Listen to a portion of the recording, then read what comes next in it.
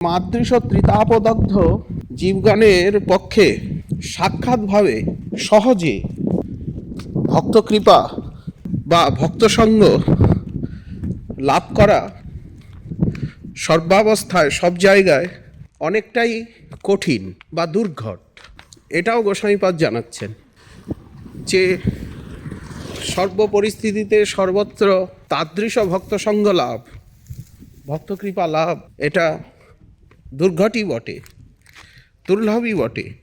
বিশেষত বর্তমানকালে বিজ্ঞানের প্রগতি, চাকচিক্য, বিবিধতা, নানা পথ মতবাদের মধ্যে কিন্তু তাহার সেবক নিত্য। শাস্ত্র বলছেন ভক্ততত্ত্ব চিরকাল ব্রহ্মাণ্ডে আছেন। এই ধন্য ধরণীতে, পৃথিবীতে, ভারত ভূখণ্ডে সর্বদা ভক্ত সূর্য চন্দ্র আকাশ বাতাসের মতো, পৃথিবীর মতো নিত্য বিরাজিত। তাহার সেবক নিত্য। কেন বললেন? ভগবান যেমন নিত্য সত্য শাশ্বত সনাতন বিভু ব্যাপক, ভক্ততত্ত্বও তেমনি। ভক্ততত্ত্ব সচ্চিদানন্দ ঘন তত্ত্ব। কেন বললেন? তস্মিন তজ্জনে ভেদা ভাবাৎ। নারদ ভক্তিসূত্র বললেন ভগবানে আর ভক্তে কোনো ভেদ নেই।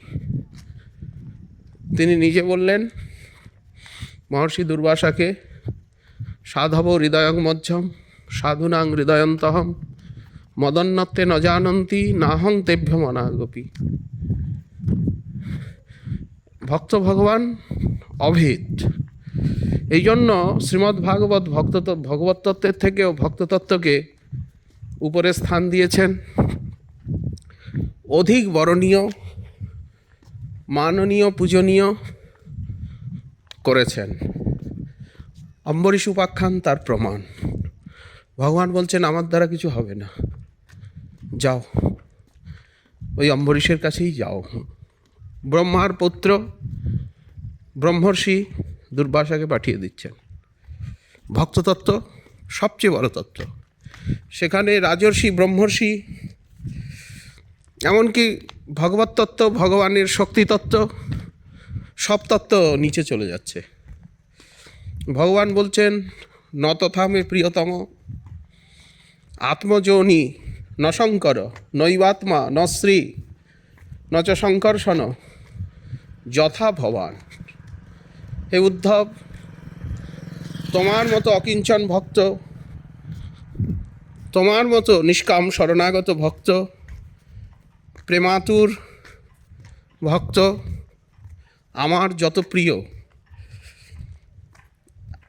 আমার পুত্র হয়েও, শিষ্য হয়েও, গুণাবতার হয়েও ব্রহ্মা তত প্রিয় নয়। তাকে তত চাই না, তত ভালোবাসি না।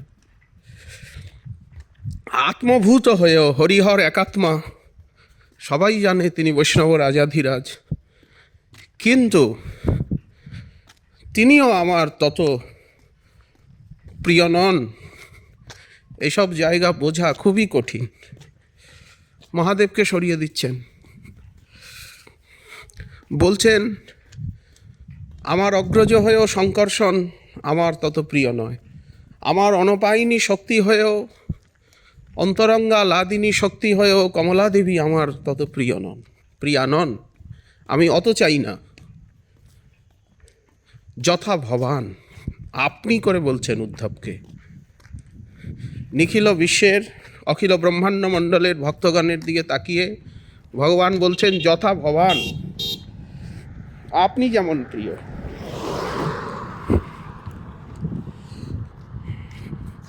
এই জন্য ভক্ততত্ত্ব সর্বোপরি। সেই ভক্তের কৃপা এবং ভক্তসঙ্গ লাভ, এটাই হচ্ছে জীবনের সবচেয়ে শ্রেষ্ঠতম লাভ। মনুষ্য জীবন অত্যন্ত দুর্লভ। তাতে ভারত বসুন্ধরায়, ভারতবর্ষে, তার মধ্যে আবার সনাতন ধর্মাবলম্বী হয়ে বিভিন্ন জ্ঞান কর্ম যোগের পর, কর্মমার্গে বিভিন্ন দেবদেবীর আরাধনার পর, যোগমার্গে প্রাণের বিভূতির শক্তির আরাধনার পর, ব্রহ্মমার্গে জ্ঞান মার্গে আত্মজ্ঞান, ব্রহ্মানুভূতি, স্বরূপানুভূতির পর তারপরে গিয়ে আসে ভক্তি। ভক্তি জগৎ এসবেরও বহু ঊর্ধ্বে, বহু পরে। উপাসনা ভেদে জানি ঈশ্বর মহিমা, কিন্তু কেউ যদি ভক্তিকে লাভ করতে চান, একমাত্র ভক্ত কৃপা, ভক্ত সঙ্গ ছাড়া লাভ করার কোনো উপায়ই নেই। এই জন্যই জীবগোস্বামীপাদ ভক্তি সন্দর্ভে জানাচ্ছেন, ভক্তি ভক্ত কৃপা বাহনা বা ভক্ত সঙ্গ বাহনা। কিন্তু যে প্রশ্ন আমাদের মনে আসে সব সময়, যে আমরা তো ত্রিতাপদগ্ধ, জীবাধম, অনর্থগ্রস্ত, দুর্বাসনায় আক্রান্ত, বিষয় বাসনায় কলুষিত চিত্ত, অহংকার অভিমানে, জড়তায় এবং নানাবিধ মালিন্যে একেবারেই অস্থির। কারণ শ্রীমদ্ ভাগবত মাদৃশ জীবের কথা বলতে গিয়ে বললেন অশ্রদ্ধান, শ্রদ্ধাহীন, তারপরে নিঃসত্তান, সাধন শক্তিহীন, দুর্মেধান, মেধা বুদ্ধি প্রতিভাহীন, রসিতায়ুষ, আয়ুহীন। শ্রীমদ্ ভাগবত আরও বললেন মাদৃশ জীব মন্দা, তাও তৃপ্ত হলেন না, বললেন সুমন্দমতয়। মন্দমতি বললেই হতো, কিন্তু বললেন না, সুমন্দমতয়। এবং উপদ্রুতা হি নিশ্চিত, মন্দা সুমন্দমতয় ঝি উপদ্রুতা, ঝুপদ্রুতা। নানা রকম উপদ্রব, দৈহিক, মানসিক, পারিপার্শ্বিক, ভিতরের বাইরের, জন্ম জন্মান্তরের। তা এখন কথা হচ্ছে যে তাদৃশ ভক্ত সঙ্গ, ভক্ত কৃপা কোন সৌভাগ্য বলে পাবো, কিভাবে পাবো? কুন্তী দেবী তার স্তুতিতে বললেন যে তারা কখনোই পাবে না, তারা ভক্তির নামগন্ধ পাবেন, তাদের কাছে ভক্তি পাওয়া যাবে না, ভক্তির নামগন্ধ সেখানে নেই। যারা জন্মের অভিমান করছেন, বিদ্যার অভিমান করছেন, দৈহিক সৌন্দর্যের অভিমান করছেন, আমাকে দেখতে সুন্দর, আমি ধনী ঘরের দুলাল, আমি গ্রেটফুলি পারসন, অমুক ট্র্যাডিশন, কিছুতেই তারা পাবেন না, বঞ্চিত। জন্মৈশ্বর্য শ্রুত শ্রীভি, এগুলো আরও কি করবে বলেন, বৃদ্ধি করে দেবে তাদের অহংকার অভিমানকে। এ ধমান মদ, বেড়ে গেছে যাদের মদ। তারা নৈব অভিধাতুম অর্হতি, তারা তোমার নামই উচ্চারণ করতে পারবে না, তাদের মুখ দিয়ে হরিনাম বেরোবে না। যদি নাম উচ্চারণই তারা করতে না পারেন, নাম ব্রহ্মের, নাম প্রভুরই কাছে আসতে না পারেন, তো নামীর জগতে কি করে প্রবেশ করবেন? তাদের শব্দব্রহ্মেই প্রবেশ হবে না, তো পরব্রহ্মে কি করে প্রবেশ হবে? কেন হবে না? বলে যতক্ষণ জন্মের এই গৌরবরূপী রৌরবকে তারা না ভুলবেন, ওখান থেকে বেরিয়ে না আসবেন, টাকা পয়সা, ধন, মদ, ঐশ্বর্য, আমি পড়াশোনা করেছি, শ্রুত, এবং আমাকে দেখতে শুনতে এত সুন্দর, কৌলিন্য রয়েছে, বলেন শ্রীভি।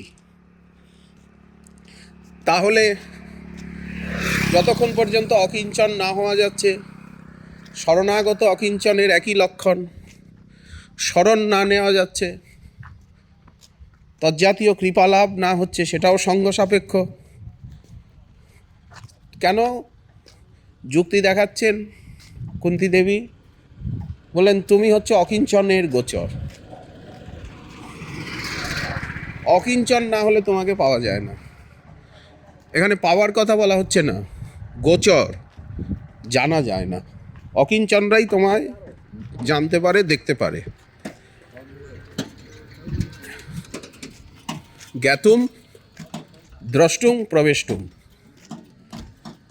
জানতে, দেখতে এবং তাকে পেতে কে অধিকারী? বললেন অকিঞ্চন, যে তুমি অকিঞ্চনের সম্পত্তি। তো সেই অকিঞ্চনা উত্তমা কেবলা নির্গুণা যে পরম ধর্মরূপা ভক্তি, আত্যন্তিকী ক্ষেম শ্রীমদ্ ভাগবতের ভাষায়, সেটা কিসে লাভ হবে? আছে কোথায়? কিভাবে পাবো? কোন সম্পুটে, কোন আধারে? ভক্তিরূপী চিন্তামণি রক্ষিত ভক্তি কল্পবল্লী কোন উদ্যানে রয়েছে? কোন উদ্যানে তার সন্ধান পাওয়া যাবে ওই দিব্য লতিকার? বললেন একমাত্র ভক্ত সঙ্গরূপী কাননে, ভক্ত কৃপারূপী মণিমঞ্জুষায়। তো এই জন্য মাদৃশ ত্রিতাপদগ্ধ জীবের তাদৃশ ভক্ত সঙ্গ লাভ করা নিতান্ত দুর্ঘট। এক তো ভক্তকে চেনা, বোঝা, পাওয়া, বিনু রাম কৃপা সুলভনসই কিছুতেই পাওয়া যাবে না। এখন উপায় কি? এই উপায়ই হচ্ছে গ্রন্থ। জীব গোস্বামীপাদ জানাচ্ছেন যে এই জন্যই মহাপ্রভু ব্যাস কৃপণ বৎসল, এই জন্য দেবর্ষি নারদের আদেশে ব্যাসদেব ভক্তিকে ভাগবতে বর্ণনা করছেন। কেন? অজানতাম, যারা এই পরম সত্যকে জানে না। জগতের প্রায় মানুষ এই পরম সত্য জানে না। দৃষ্টা অজানত বিদ্বান, যারা জানেন না তাদেরকে জানাতে। এই জন্যই মহাপ্রভু বললেন গ্রন্থ রচনা করো। গ্রন্থের ভিতরে সেই শিক্ষা বিধৃত, সেই ভক্তি, সেই প্রেম, সেই অনুভূতি পাওয়ার উপায়, সমস্ত রহস্য তারা গ্রন্থের ভিতরে রেখে গেলেন। জানেন যে আমরা চিরকাল প্রকট লীলায় আমরা থাকব না।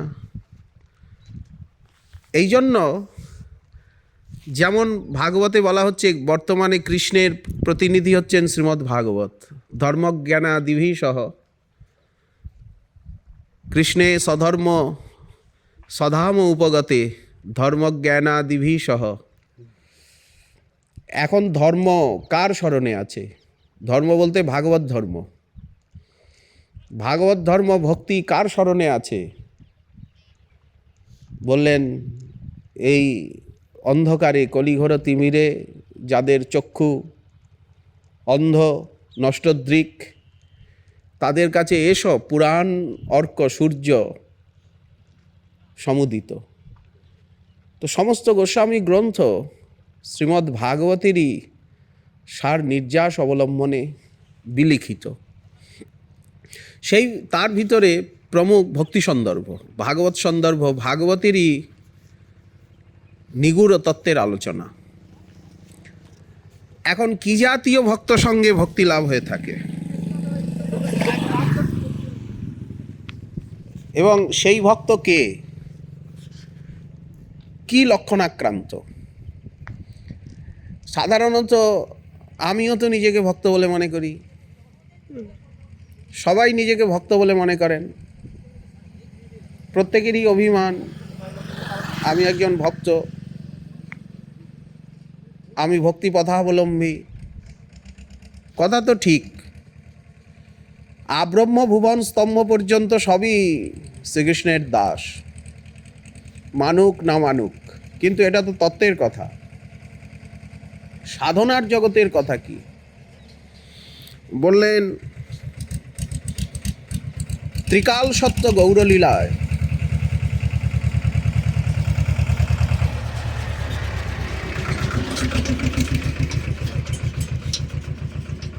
ভক্তগণ চিরদিনই চিরকালই ভক্তগণ ধরার বুকে আছেন এবং থাকবেন, ভক্ততত্ত্ব নিত্য।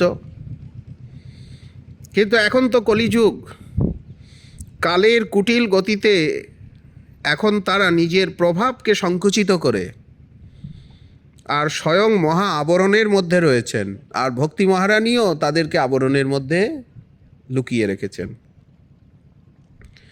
সুতরাং তাদের সঙ্গ প্রসঙ্গ কৃপালাভ সতত বহির্মুখ জীবের পক্ষে অসম্ভব। এই জন্য এবং ভক্তির তারতম্যে ভক্ত তারতম্য, প্রেম তারতম্যে ভক্ত তারতম্য। যত মহিমা বলা হচ্ছে সেখানে জাতরতি সিদ্ধ ভক্তের মহিমাই বলা হচ্ছে, সাধকের মহিমাও আনুষঙ্গিকভাবে প্রকাশিত হয়ে যাচ্ছে। তো যারা ভাবসিদ্ধ হয়েছিলেন, জনপ্রাণ মনোনায়ক হয়েছিলেন, তৃষিত মানবের শুষ্ক কণ্ঠে অমৃত ধারা ঢেলেছিলেন, যারা এই মরজগতে এসেছিলেন কেবল সাধনার আদর্শ দেখাতে, প্রেম লাভের পথ দেখাতে, যারা ছিলেন সমাজ স্থিতির মেরুদণ্ড, সমাজের মেরুদণ্ড, সম্প্রদায়ের মেরুদণ্ড, যারা জাতীয় জীবনের আলোকস্তম্ভ, যারা সূর্যচন্দ্রের মতো আলোক বিকিরণ করেছেন, যারা ছিলেন ভাবরাজ্যের সম্রাট, যাদের বিশ্বাতীগ চিন্তার তরঙ্গে ভূলোক এবং দুলোক ব্যাপ্ত হয়েছিল, অধিক কি যারা কৃষ্ণ দিতে ও কৃষ্ণ নিতে মহাশক্তি ধরেন, সেই অতিমর্ত্য অচিন্ত অনন্ত মহিমান্বিত মহাপুরুষ, যারা প্রেম সিদ্ধ, ভাব সিদ্ধ, সাধন সিদ্ধ, তাদেরকে বুকে ধরেই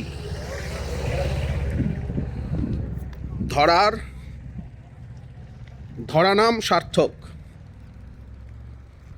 বসুন্ধরার বসু বলতে সম্পত্তি, ধন। এই জন্য ঠাকুর মহাশয় বলেছেন তারাই পৃথিবীর প্রকৃত সম্পদ। ঠাকুর বৈষ্ণব পদ অবনীর সম্পদ বললেন না, সুসম্পদ। এই রূপেই প্রেম খেলা করছে, ভক্তি মহারানী তাদের হৃদয়েই খেলা করছেন।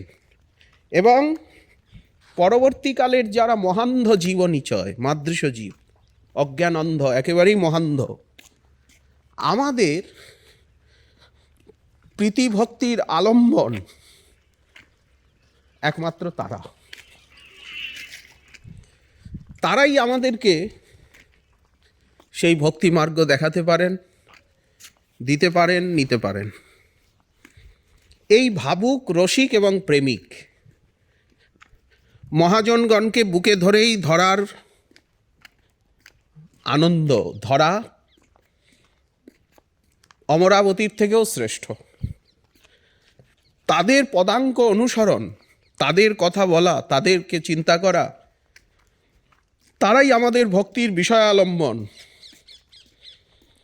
তারাই আমাদের ভক্তির আশ্রয়ালম্বন। তাদের কথা সবসময় বলা, সবসময় চিন্তা করা, তাদের পদাঙ্ককে অনুসরণ করাই হচ্ছে আমাদের সাধনা এবং জীবাতু।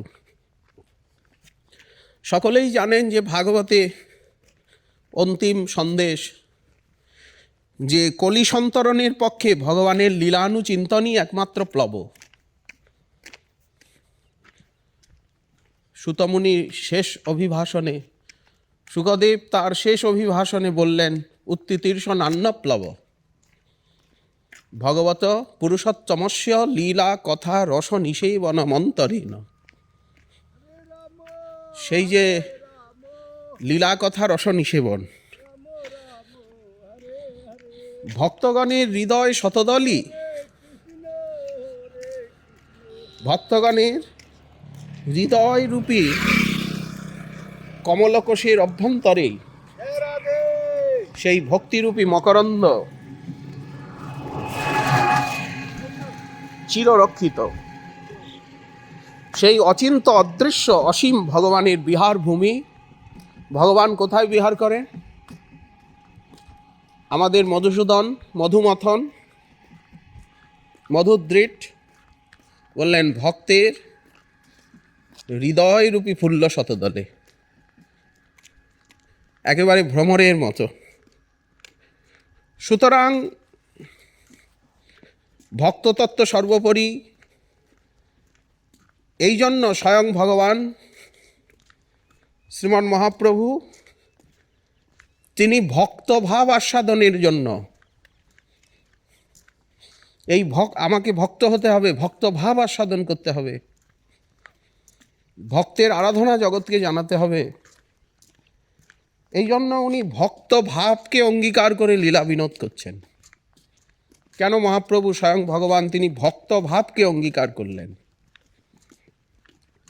ইতিপূর্বেও ভগবান ভক্তভাবকে অঙ্গীকার করেছেন। দেখুন, মহাদেব গুণাবতার কিন্তু ভক্তভাব অঙ্গীকারকারী, ব্রহ্মা গুণাবতার কিন্তু ভক্তভাবে লীলা করছেন, পৃথু মহারাজ ভক্তভাবে লীলা করছেন, সনকাদি ঋষি ভক্তভাবে লীলা করছেন, দেবর্ষি নারদ ভক্তাবতার ভক্তভাবে লীলা করছেন, ব্যাসমুনি পঞ্চদশ সংখ্যক অবতার তিনিও ভক্তভাবে লীলা করছেন, এবং যারা ভগবত বিভূতি বড় বড় রাজর্ষি মহর্ষি তারাও ভক্তভাবে লীলা করছেন। তারা ভগবানের কলার কলা হয়েও অংশাংশ হয়েও ভক্তভাবে বিভাবিত হয়েছেন। কিন্তু ইদানিং কলিযুগে তারা কেউ গুণাবতার, কেউ সত্যাবেশ অবতার, কেউ লীলাবতার, কলাবতার। ঋষভদেব ভক্তভাবে লীলা করছেন। ঋষভদেবের যে লীলা সেও তো ভক্তভাবেই লীলা, তারা ভগবত অবতার। কপিল দেব ভক্তভাবে লীলা করছেন, ভক্তির কথা বলছেন, নিজে সাধনা করছেন, আজও সাধনা করছেন গঙ্গাসাগর সঙ্গমে। ভক্তকে রক্ষা করছেন, সজ্জনকে রক্ষা করছেন পরশুরাম। ভক্ত রক্ষা, ভক্তের মহিমাকে জগতে দেখানো, ভক্তের আরাধনা ভগবান লীলার এটি মুখ্য উদ্দেশ্য। ভক্তের মনোরঞ্জন, ভক্তের প্রীতিবিধান। তো এইবার এই বিষম কলিকালে স্বয়ং ভগবান শ্রীকৃষ্ণ আসছেন, কিন্তু উনি অন্য ভাব নিচ্ছেন না, ঈশ্বর ভাবকে আবৃত করে ভক্তভাবকে অঙ্গীকার করছেন পূর্ণরূপে, এবং সর্বভক্তের ভাবকে আস্বাদন করছেন। সর্বরসের ভক্তকে নিয়ে আসছেন, সর্বরস আস্বাদন করছেন এবং ভক্তভাবেরই প্রাধান্য দিচ্ছেন। ভক্তভাব আস্বাদনের জন্যই ভক্তভাবে লীলা বিনোদ করছেন। এবং তিনি জানাচ্ছেন ভক্তের পূজাতেই ভগবান সহজে বশীভূত হন। আমার ভক্তের পূজা আমা হইতে বড়। তো এই ভক্ত পূজা অনেক প্রকারে হয়। মহাপুরুষের পূজা অনেকভাবে হয়, যেমন পাদ্যর্ঘ্য ধূপদীপ নৈবেদ্য আদির দ্বারা পূজা হয়, তেমনি তাদের মহিমা গান, তাদের কথা বলা, তাদেরকে চিন্তা করা, তাদেরকে হৃদয়ে মাঝে বসানো, তাদের আনুগত্যে উদ্বুদ্ধ হওয়া এবং তাদের পথটাকে বোঝানো, এই সমস্তই ভক্তের পূজার ভিতরে অন্তঃপাতি। সবই ভক্তের পূজা। পূজা বলতে কেবল যে মালা চন্দন পরালাম, ভোগ লাগালাম তাই নয়। ভক্তকে বোঝা, ভক্তকে আদর করা, তাদের গুণমহিমা বলা, সব কিছুই ভক্তের পূজা। প্রথম বক্তব্য হচ্ছে ভক্ত সম্বন্ধে। ভক্ত সর্বদা কমলের মতো। কমলের সঙ্গে যেমন পঙ্কজ পাকের মধ্যে জন্মালেও তার সঙ্গে কাদার কোনো সম্পর্ক নেই, জলের কোনো তেমন সম্পর্ক নেই। বললেন ঠিক সেই প্রকার ভক্ত কোন কুলে জন্মেছেন, তার মাতা পিতা কে, কোন দেশে, কোন বংশে, বলেন ভক্ততত্ত্বের কাছে এইসব কথা একেবারেই গৌণ। একটা ঐতিহাসিকভাবে পরিচয় থাকে, কিন্তু তাই দিয়ে ভক্তকে বোঝা যায় না। ভক্তগণ যে কোনো বংশে জন্ম নিন, যে কোনো কুলে জন্ম নিন, সমাজের যে কোনো স্তরে জন্ম নিন, তারা সেই কুলের থেকে সম্পূর্ণরূপে সম্বন্ধ বিমুক্ত। ভক্ত কোনো কুলের অধীন নয়, কোনো বংশের অধীন নয়, কোনো প্রাকৃত শিক্ষার অধীন নয়, কোনো দেশের অধীন নয়, কোনো ভাষার অধীন নয়, কোনো সম্পত্তি প্রতিপত্তির অধীন নয়। ভক্ততত্ত্ব সম্পূর্ণ স্বাধীন, স্বৈর, অপ্রাকৃত দিব্য চিন্ময় তত্ত্ব, ভগবত তত্ত্বের মতোই। এই জন্য আমরা দৃষ্টান্ত দেব, প্রহ্লাদ দৈত্যকুলে আবির্ভূত, কিন্তু তিনি মহাভাগবতোত্তম ভক্তরাজ বলে চির বিখ্যাত, বিশ্রুত। আমাদের গৌরলীলায় ভুবন পাবন হরিদাস ঠাকুর, তিনি যবনকুলে আবির্ভূত হয়েও তিনি মহাপ্রভুর লীলায় কত গৌরবের পাত্র। আমাদের নিতাই চাঁদের পরম বান্ধব সীতানাথ, যাকে বলছেন অদ্বৈত প্রভু, যাকে বলছেন তুমি খাইলে হয় কোটি ব্রাহ্মণ ভোজন, গৌরব করে তাকে ভাগবত গীতা শোনাচ্ছেন, গৌরব করে নিজে প্রসাদান্ন নিত্য দিচ্ছেন ফুলিয়ার লীলায়, শান্তিপুরের লীলায়। তাহলে ভক্ততত্ত্ব কত বড়, সেখানে কোনো বিচার নেই। এবং মহাপ্রভুর নাম প্রেম প্রচারের সর্বপ্রথম মহাপ্রভুর আবির্ভাব ভূমিতে নদিয়াবাসীর ঘরে নাম প্রেম প্রচারের মুখ্য নায়ক কে? নাম প্রচারের, বৈষ্ণবতা প্রচারের মুখ্য নায়ক কে? এই হরিদাস ঠাকুর। তখন মহাপ্রভুর জন্মই হয়নি, তখন থেকে ইনি নাম প্রেম প্রচারের মুখ্য নায়ক। এবং মহাপ্রভু গয়ার থেকে আসার পর যে নিতাই চাঁদ এলেন, নাম প্রেম প্রচার করতে আদেশ করলেন কাকে কাকে? হরিদাস ঠাকুরকে এবং নিতাই চাঁদকে। এই হরিদাস ঠাকুরের মহিমা জগতে প্রচারিত হলেও সম্যক প্রচারিত নয়। কেন নয়? যেহেতু উনি নিষ্কিঞ্চন শিরোমণি। নিষ্কিঞ্চন না হলে নিষ্কিঞ্চনের মহিমাকে হৃদয়ঙ্গম করা, কায় মনোবাক্যে অকিঞ্চন না হলে অকিঞ্চনের মহিমাকে বোঝানো সর্বথা দুর্ঘট। তাহলে কি দেখানো হচ্ছে? অধম কুলেতে যদি বিষ্ণু ভক্ত হয়, সেই সে পরম পূজ্য, সর্বশাস্ত্রে কয়। এই সিদ্ধান্ত না মানলে তাকে ভক্ত বলা হবে না। ঠিক তেমনি ভক্ততত্ত্বকে না মানলে কখনোই ভক্ত হওয়া যাবে না। উপরের স্তর তো চির দুর্গেয়, দুর্ঘট, দুর্লভ। তারপরে কি বলা হচ্ছে? চৈতন্য ভাগবত আমাদেরকে কি জানাচ্ছেন? চণ্ডাল নহে যদি কৃষ্ণ বলে।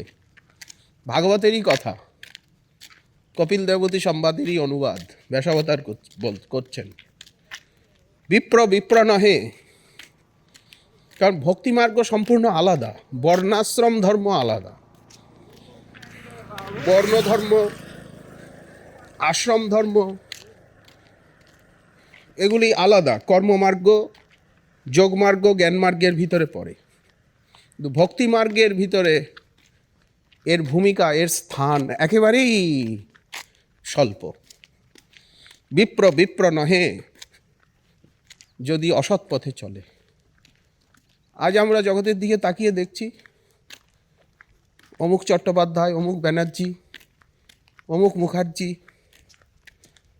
অমুক, বাংলার দিকে তাকিয়ে দেখুন তারা কী সব কথা বলছেন কি না? অমুক ব্যানার্জি, অমুক চ্যাটার্জি, অমুক চট্টোপাধ্যায়, অমুক বন্দ্যোপাধ্যায়, যে কথাগুলি ভক্তি জগৎ তো দূরে, মানবতার ভিতরেই আসে না। যে পাপিষ্ঠ বৈষ্ণবের জাতিবুদ্ধি করে, জন্ম জন্ম অধম জনিতে ডুবি মরে। তাহলে ভক্ততত্ত্বের যদি জাতি বিচার করা যায়, যে অমুক জাতের ভক্ত, তমুক জাতের ভক্ত, প্রহ্লাদ দৈত্য জাতের ভক্ত, জটায়ু পক্ষী জাতির ভক্ত, এইভাবে যদি জাতি শব্দ যোজনাও করা যায়, সেখানেও অপরাধের সম্ভাবনা। তাহলে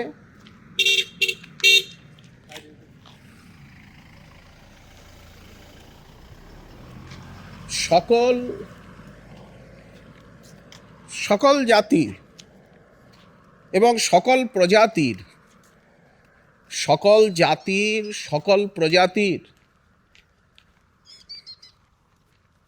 এবং সকল স্থানের ভক্তগণের প্রতি অভেদ দৃষ্টি, তাত্ত্বিক দৃষ্টি এনে সকল বর্ণের ভক্তে, সকল জাতির ভক্ত, সকল প্রজাতির ভক্ত, সকল রসের ভক্ত, সকল ধামের ভক্ত, সকল ভগবৎ স্বরূপের ভক্ত, আধুনিক, প্রাচীন, নবীন, সকল ভক্ত, ব্রহ্মাণ্ড, অনন্ত কোটি ব্রহ্মাণ্ড এবং চিৎজগৎ, তো এই সকল ভক্তের সনে অভেদ দেখিয়া, তত্ত্বজ্ঞান না হলে তো অভেদ দৃষ্টি আসে না, সমদৃষ্টি আসে না।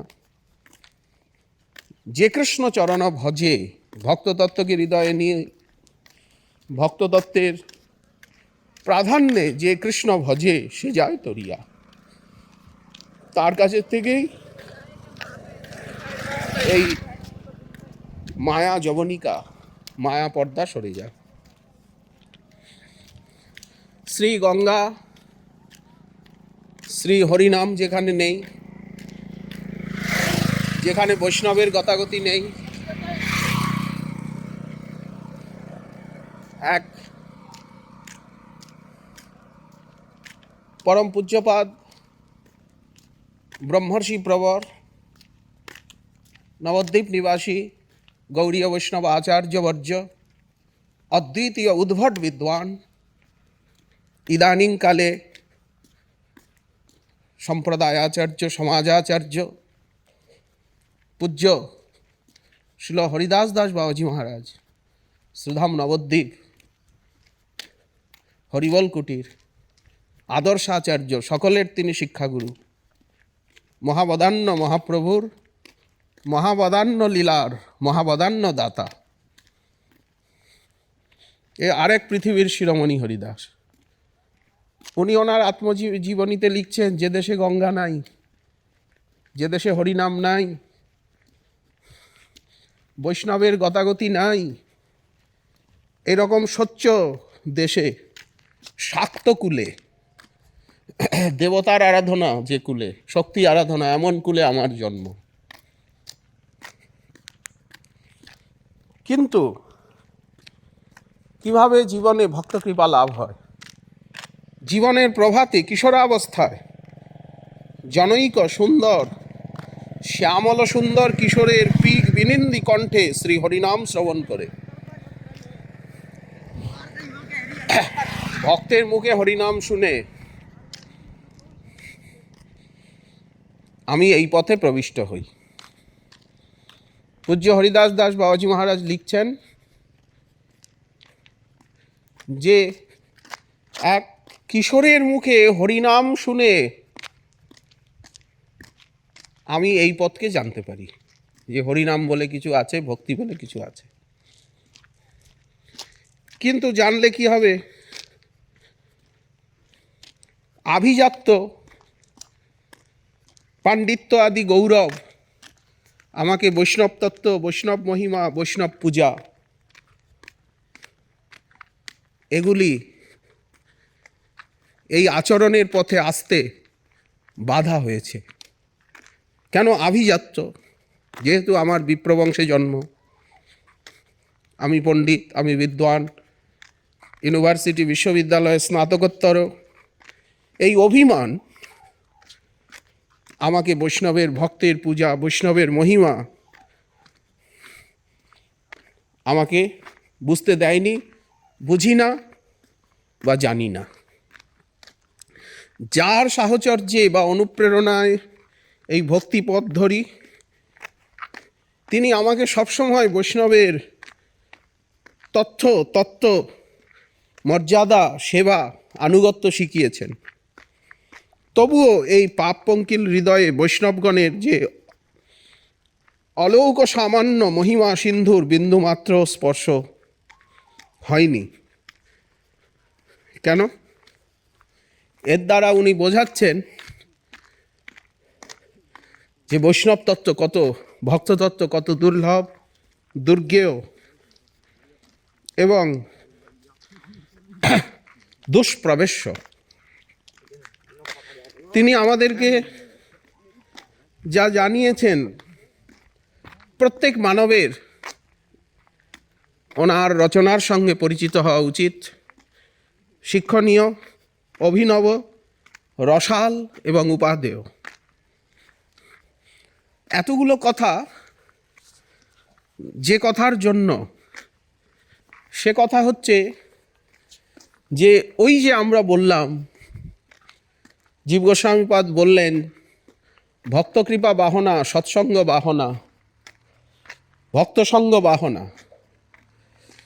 মহাপ্রভু লীলা করলেন নিত্যসিদ্ধ পার্ষদগণকে নিয়ে। পরবর্তীকালে সম্প্রদায় সুরক্ষার জন্য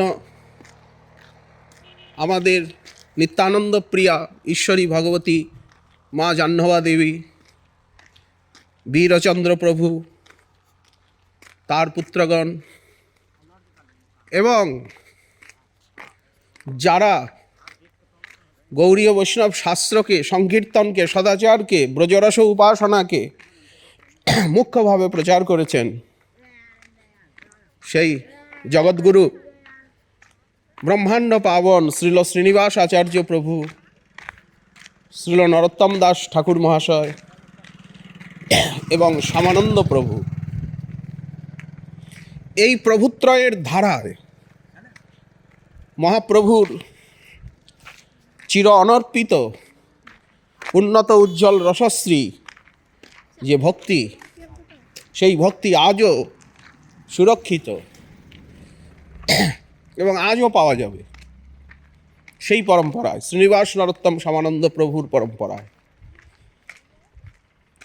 সেই পরম্পরায় আগে গিয়ে সম্প্রদায় আচার্য কবিকুল মুকুটমণি, সেই পরম্পরাতেই অষ্টকবিরাজ হয়েছেন, সম্প্রদায়ের ভিতরে শ্রেষ্ঠ বিদ্বান, শ্রেষ্ঠ কবি।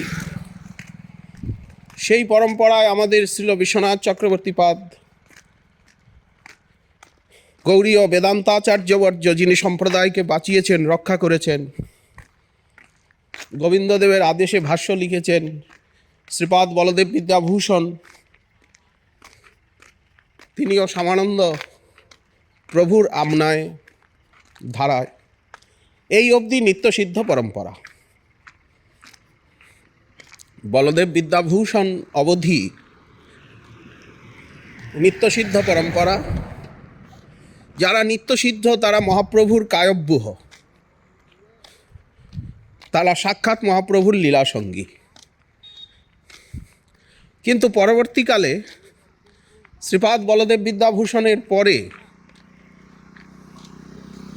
যারা যারা সম্প্রদায়কে সংরক্ষণ করেছেন, সাধনাকে, সিদ্ধান্তকে, সদাচারকে সংরক্ষণ করেছেন, আদর্শ হয়েছেন, আচার্য হয়েছেন, সমাজ স্থিতির মেরুদণ্ড হয়েছেন, যারা ভাবরাজ্যের সম্রাট হয়েছেন, যারা কৃষ্ণ দিতে নিতে মহান শক্তি ধরেছেন, তারা হচ্ছেন আমাদের সিদ্ধভাবাগণ। শ্রীপাদ বলদেব বিদ্যাভূষণ অবধি নিত্যসিদ্ধ ভক্ত পরম্পরা। তারপরের যে সময় এলো, আজ থেকে 250 বৎসর পূর্বে কিঞ্চিত অধিক, যারা যারা এসেছেন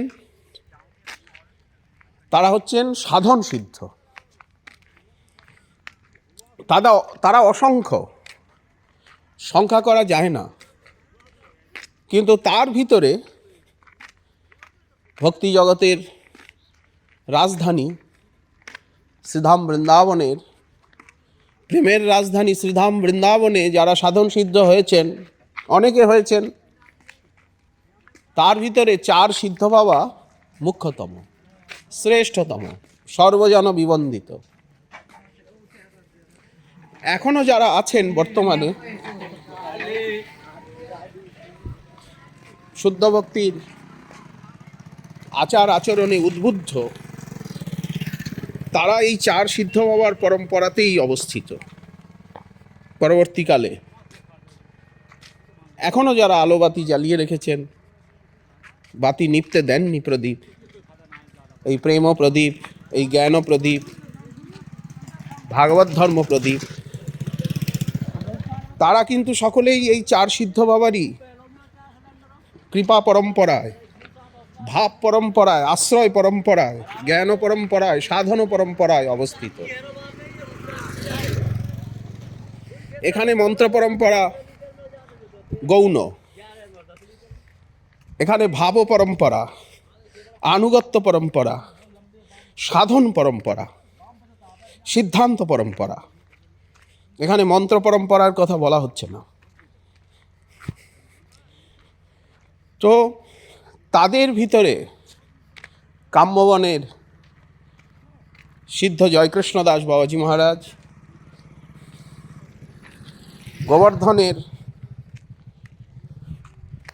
অশেষ ভক্তি শাস্ত্র নিষ্ণাত ব্রহ্মাণ্ড পাবন পাদরেণু জগৎগুরু শ্রীল কৃষ্ণদাস, সিদ্ধ কৃষ্ণদাস বাবাজি মহারাজ, এবং ওনার প্রিয়তম সখা রনবাড়ি নিবাসী সিদ্ধ কৃষ্ণদাস বাবাজি মহারাজ, এবং সূর্যকুণ্ড নিবাসী সিদ্ধ মধুসূদন দাস বাবাজি মহারাজ, এনারা শ্রেষ্ঠতম। পরবর্তীকালে এনাদের আনুগত্যেও অনেক সিদ্ধপুরুষ হয়ে গেছেন, যারা সম্প্রদায় সংরক্ষার, সমাজস্থিতির মেরুদণ্ড হয়েছেন, যারা ভাবের আলো বিকিরণ করেছেন। আমাদের সকলেরই তারা আদর্শ, আশ্রয়ালম্বন বা আমাদের বিষয়ালম্বন প্রীতিভক্তি।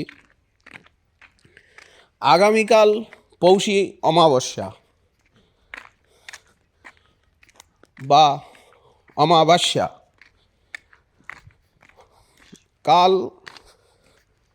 আগামীকাল সিদ্ধ শ্রীল কৃষ্ণদাস বাবার নির্যান তিথি, সংস্মরণ তিথি। বছরে এই তিথি, সমারাধনা তিথি একবার আসেন। আমাদেরকে সিদ্ধ বাবার অলৌকিক অতিমর্ত্ত যে লীলা, ভাগবতেও এরকম লীলা পাওয়া যায় না। হ্যাঁ, ভাগবতে একটা দৃষ্টান্ত আছে, ভাগবতে সব কিছুই আছে, মহাসাগর। সতীদেবী যোগানলে তিনি মহাদেবের অপমান সহ্য করতে না পেরে পিতার প্রতি অসহিষ্ণু হয়ে দাক্ষায়ণী হরিদ্বারে কঙ্কলে উনি নিজের শরীরকে ত্যাগ করলেন। বললেন, না, তুমি বহির্মুখ, তিনি যখন আমাকে দাক্ষায়ণী বলে সম্বোধন করবেন তখন আমি অত্যন্ত লজ্জিত হব। অতএব তোমার মতো পিতার সঙ্গে আমি আমার সম্পর্ককে চিরতরে ছিন্ন করব। কেন? তুমি জগৎগুরু, ব্রহ্মাণ্ডগুরু, আমার প্রতিদেবতা, অজাতশত্রু, অকৃতদ্রোহ, তুমি তার সঙ্গে সর্বদা দ্রোহ করছো। তুমি মহৎ অপরাধী। তুমি প্রজাপতিপতি হলে হবে কি, আর আমি বা প্রজাপতিপতির কন্যা হলে হবে কি? এই সম্পর্কটাই আমি চিরতরে মুছে ফেলে দেব। একটা মাত্র দৃষ্টান্ত সতীদেবী। সেই ভূমিটা আলাদা, তিনি জগদম্বা, জগদেশ্বরী। কিন্তু মাত্র 250 বছর আগে সাধক জগতে, আমাদের সম্প্রদায়ে এই রকম অলৌকিক সাধন এবং অলৌকিক আত্মত্যাগ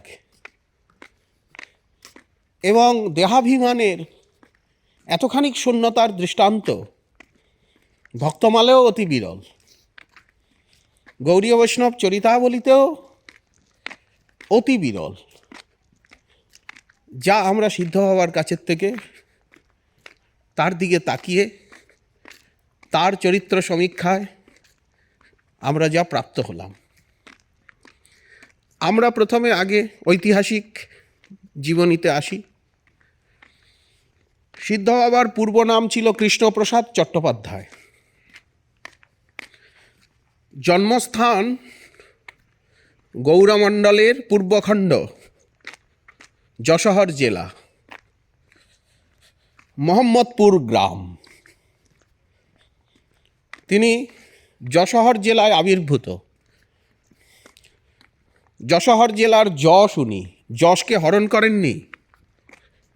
যশোহর শব্দের অর্থ যশকে যিনি হরণ করেন। যশোহর জেলার যশ হরণ না করে উনি যশোদও হয়েছেন, যশ দান করেছেন।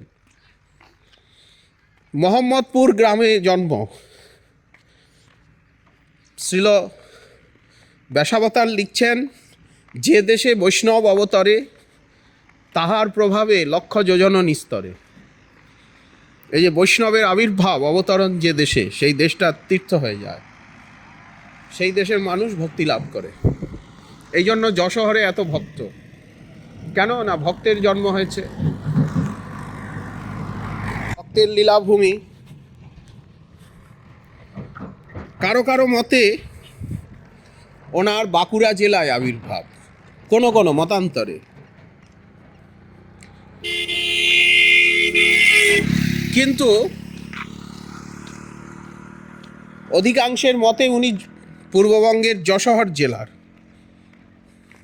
এই যশোহর জেলার মোহাম্মদপুর বাঙালি বীর সীতারাম রাজার রাজধানী।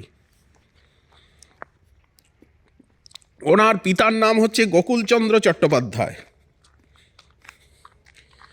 তিনিও বাল্যাবধি ভক্তিরসে তন্ময়। ওই যে পিতার কাছের থেকেই যেন ভক্তি পেয়েছেন, পিতার কাছের থেকেই। এখন বিবাহের প্রস্তাব হলো। সেকালের দিন অল্প বয়সে বিবাহ হতো, কিশোরাবস্থার পরেই বিবাহের প্রস্তাব হলো। উনি একদিন শেষ রাত্রে গৃহত্যাগ করলেন। এর দ্বারা বোঝা যাচ্ছে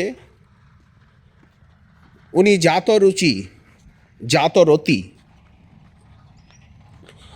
সিদ্ধ বাবাগণ কিন্তু সকলেই জাত রুচি, জাত রতি, জাতা শক্তির। মাদৃশ জীবের মতো নয়, অজাত শ্রদ্ধ নয়। তা না হলে বিবাহের প্রস্তাবেই উনি গৃহত্যাগ করলেন। সূর্যকুণ্ডের সিদ্ধ বাবাও বিবাহের রাত্রিতেই গৃহত্যাগ করলেন। কারাগৃহম এই দৃষ্টান্ত। এবং যশোহর জেলার থেকে হেঁটে হেঁটে হেঁটে হেঁটে আজ থেকে 250 বছর আগে, কোনো ব্যবস্থা নেই, পদব্রজে বৃন্দাবন ধামে এলেন। উনি তো অন্যত্র যেতে পারতেন, বৃন্দাবন ধামে কেন এলেন? না, বৃন্দাবন ধামেই সেই বিশুদ্ধ নির্মল প্রেম পাওয়া যায়। এটা প্রেমের রাজধানী। বৃন্দাবনে এলেই সর্বসিদ্ধি হয়। দিব্য চিন্তামণি ধাম বৃন্দাবন যার নাম। বৃন্দাবনে ছুটে এলেন। বৃন্দাবনে এসে কিছুদিন মদন মোহনের শ্রীমন্দিরে সেবা করলেন। ব্রাহ্মণ শরীর, সেবা করতে কোনো আপত্তি নেই। পরে কিছুদিন বৃন্দাবনে থাকার পর ওনার অন্তরে তীব্র ভজনেচ্ছা জাগল।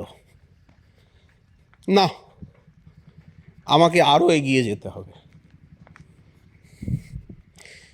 আচ্ছা, সেকালের বৃন্দাবন চিন্তা করুন, 250 বছর আগের বৃন্দাবন কতখানি নিভৃত ছিল। যমুনার তীর, রাধা মদন মোহনের শ্রীমন্দির। যেমন গোবর্ধনের সিদ্ধ বাবা গোবিন্দদেবের দর্শন করছেন, গোবিন্দদেবের চরণে আছেন, তার প্রসাদ পাচ্ছেন। কিন্তু তাতেও অতৃপ্তি। সেখানেও জিজ্ঞাসা, কেন আমার অন্তরের কামনার নিবৃত্তি হচ্ছে না? এর দ্বারা কি বোঝা যাচ্ছে? যে ভক্তির কত গহনতা। মদন মোহনের সেবাতেও বৃন্দাবনে থেকে উনি বললেন, না, আমাকে আরও এগিয়ে যেতে হবে। ভজনাগ্রহে, ভজন উৎকণ্ঠায় উনি কোথায় এসে উপস্থিত হলেন? কোন স্থান ওনার ভালো লাগলো? না, রণবাড়ি, কিশোরীকুণ্ড, ছত্রবন, ছাতা, রাধারানীর মহাভিষেক স্থলী, নিকটেই রাধারানীর রাজ্যাভিষেক লীলা স্থলী, উমরাহের অনতি দূরে রণবাড়ি, তখন জঙ্গলাকীর্ণ স্থান। সেইখানে এসে আর উনি ভজনে মনঃসংযোগ করলেন। সেবা মার্গের থেকে ভজন মার্গে এলেন। রাধা মদন মোহনের সেবা করছিলেন বৃন্দাবনে, সেবা মার্গের থেকে ঐকান্তিক ভজন মার্গে প্রবেশ করলেন। কথাগুলি বোঝা খুবই কঠিন। তৎকালে রণবাড়ি ছিল ভীষণ জঙ্গলে পরিপূর্ণ, সারা ব্রজধামই জঙ্গলাকীর্ণ। তিনি সাধারণভাবে সেকালের দিনের মহাত্মারা একটা কুঠির নিজে হাতে নির্মাণ করে নিতেন। শুষ্ক বৃক্ষ, গাছের ডাল দিয়ে, পাক, পচাক, রজ, সেই রজ ছাদে দিয়ে পিটিয়ে গোবর গোময় দিয়ে লেপে কুঠির হয়ে গেল। দেওয়াল রজের, মাটির, উপরে কাঠের ছাদ, ছাদের উপরে পাক কাদামাটি দিয়ে পিটিয়ে ভালো করে মোটা করে শীতল, উপরে গোবর দিয়ে লেপে দিলেন। মাঝে মাঝে একটু লেপতে হতো বর্ষার আগে ভালো করে। এইভাবে বর্ষাকাল এলো তো কিছু গমের শুষ্ক ভূষা দিয়ে সব ছাদের উপরে দিয়ে দিলেন। বৃক্ষের শাখা দিয়ে দিলেন, জল চলে গেল, ব্যাস বর্ষার পরে আবার লেপে নিলেন। এইভাবে রজের কুটির, রজের বর্তন, সর্বদা রজের সঙ্গে সম্পর্ক, কারণ ব্রজরেণুর, ব্রজরজের এত মহিমা শাস্ত্রে আছে। তাতেই কুঠির নির্মাণ করে উনি ভজন করছেন। আর জীবিকা বললেন মাধুকুরি, মাধুকুরি ভিক্ষা। কিন্তু এত মাধুকুরি তো লাগে না। সারা গ্রামবাসী, গ্রামে একদম এক মূর্তি দু মূর্তি মহাত্মা, এক মূর্তি মহাত্মা, সবাই মাধুকুরি দিতে চান। সেকালের দিনে বিশুদ্ধ মাধুকুরি না গেলে তারা আবদার করে, আপত্তি করে, না বাবা তোমার দরকার না হলেও তোমাকে আসতেই হবে, নিতেই হবে। কারণ ব্রজবাসী স্বভাবতই সাধুপ্রিয়, ত্যাগপ্রিয়। আর ব্রজবাসীগণ সহসা সাধু চিনতে পারে, সাধুকে অতিশয় ভালোবাসে। ব্রজবাসী জনার শ্রীকৃষ্ণের স্বাভাবিক প্রীতি, আর শ্রীকৃষ্ণের সাহজিক প্রীতি ব্রজবাসী প্রতি। ব্রজবাসী অনেকটা টেস্ট টিউব, ভজনশীলকে তারা যথেষ্ট ভালোবাসেন। তাই বলে মাদৃশ ভোগী জীবকে তারা মোটেই স্বীকার করতে চায় না। এটা ধামেরই শক্তি, ধামেরই কৃপা। ধামের কৃপাটা তাদের মধ্যে দিয়ে প্রতিফলিত হয়। বাবা কি করতেন, এত রুটি তো লাগবে না, অথচ অনেক রুটি হয়েছে ঝোলায়।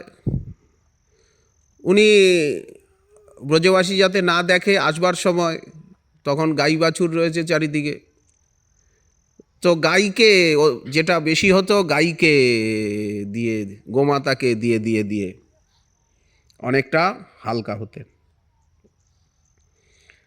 যেহেতু না গেলে ব্রজবাসী আক্ষেপ করবে। বাল্যকালে সোজাসুজি পদব্রজে উনি বৃন্দাবন ধামে এসেছিলেন।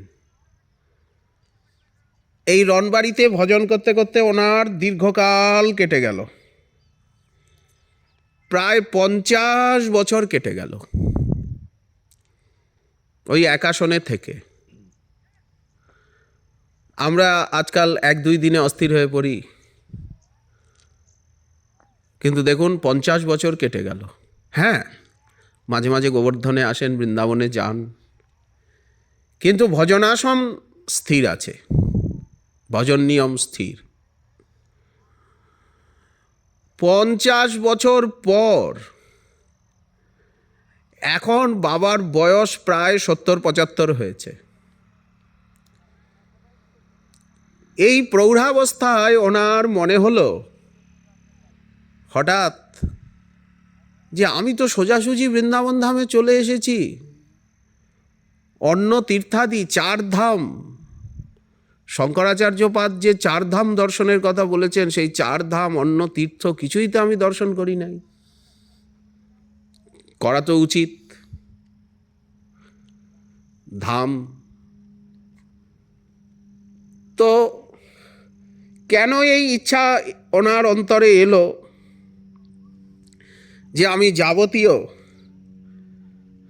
তীর্থাদি দর্শন করব, বিশেষত 4 ধাম। হঠাৎ রাত্রে উনি স্বপ্ন দেখছেন, রাধারানী বলছে, কৃষ্ণদাস তুমি বৃন্দাবনে আমার চরণে এসেছো। বৃন্দাবন ধাম আমার চরণ, আমার কৃপাছত্র ছায়া, আমার নীলাঞ্চল,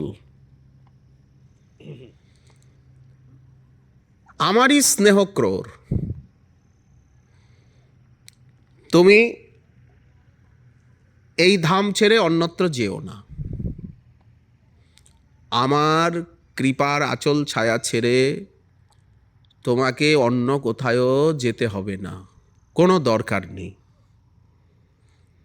তুমি এইখানে থেকেই ভজন করো, এই রণবাড়িতে থেকেই, ব্রজধামে থেকেই ভজন করো, এতেই তোমার সর্বসিদ্ধি লাভ হবে, তুমি সব কিছু পাবে। কোনো প্রয়োজন নেই তীর্থ ভ্রমণের, তীর্থাদি ভ্রমণের তোমার কোনো প্রয়োজন নেই। উনি স্বপ্নে দেখছেন এরকম, কিন্তু উনি মনে করলেন যে সারাদিন এই বিষয়টা নিয়েই আমি চিন্তা করছিলাম, এই জন্য রাত্রে এইরকম স্বপ্ন দেখলাম। আসলে এটা আমার মনোকল্পনা। যেটা একটা কথা আছে যে সারাদিন যা চিন্তা করা যায় বা মানুষ গভীরভাবে যা চিন্তা করে স্বপ্নের মধ্যে তাই আসে। ওনার এরকম একটা ধারণা হলো। উনি সেই স্বপ্নাদেশকে দৃঢ়তার সঙ্গে নিতে পারলেন না, অতটা ওদিকে গ্রাহ্য করলেন না, চলে গেলেন তীর্থযাত্রায়, বের হয়ে গেলেন। এইভাবে ভ্রমণ করতে করতে করতে করতে করতে করতে উনি দ্বারকায় গিয়ে উপস্থিত হলেন, পশ্চিম দিকে যাত্রা করে। দ্বারকা পশ্চিমে শেষ প্রান্ত, সেখানে দ্বারকা ধাম। ভারতের শেষ প্রান্ত পশ্চিম দিকে। দ্বারকানাথকে দর্শন করলেন রণছোড়লাল, বজ্রনাভে স্থাপিত বিগ্রহ। আদি যে দ্বারকানাথ রণছোড়লাল, উনি এখন ডাকরে রয়েছেন মহারাষ্ট্রে। তো দ্বারকাধীশকে দর্শন করলেন, দ্বারকার বিভিন্ন লীলাস্থলী। দ্বারকায় নিয়ম আছে তপ্তমুদ্রা লাগাতে হয়। হরিভক্তিবিলাসের এই তপ্তমুদ্রার কথাও রয়েছে, মহিমা রয়েছে। হরিভক্তিবিলাসে সার্বজনীন গ্রন্থ বলে হরিভক্তিবিলাস সকল সম্প্রদায়ের সকল বৈষ্ণবের জন্য করা হয়েছে। ওই জন্য ওখানে সব জায়গারই, সব ধামেরই এবং ভক্তির সর্বাঙ্গেরই মহিমা ব্যাপকভাবে পুরাণ বচনে দেখানো হয়েছে। তপ্তমুদ্রা ধারণের কত মহিমা। তো উনি তপ্তমুদ্রা ধারণ করলেন। তপ্তমুদ্রা বলতে শঙ্খচক্র চিহ্ন সেকালের দিনে তপ্ত করে আর বাহুতে বক্ষে ছাপ লাগানো হতো, এই জন্য তপ্তমুদ্রা বলা হয়। তো শঙ্খচক্র চিহ্ন অঙ্কিত হয়ে যেত বাহুমূলে। যেমন গোপীচন্দনের দ্বারা শঙ্খচক্র চিহ্ন অঙ্কিত করার বিধি রয়েছে বাহুমূলে। তারপরে দ্বারকাধাম দর্শন করে এই যে তপ্তমুদ্রা আদি ধারণ, চার সম্প্রদায়ের বৈষ্ণবগণের জন্য এটি প্রযোজ্য। সকলেই শঙ্খচক্র চিহ্ন ধারণ করেন। দেখবেন মন্দিরের সামনেও শঙ্খচক্র চিহ্ন রয়েছে, মন্দিরের গোপুরমে। কিন্তু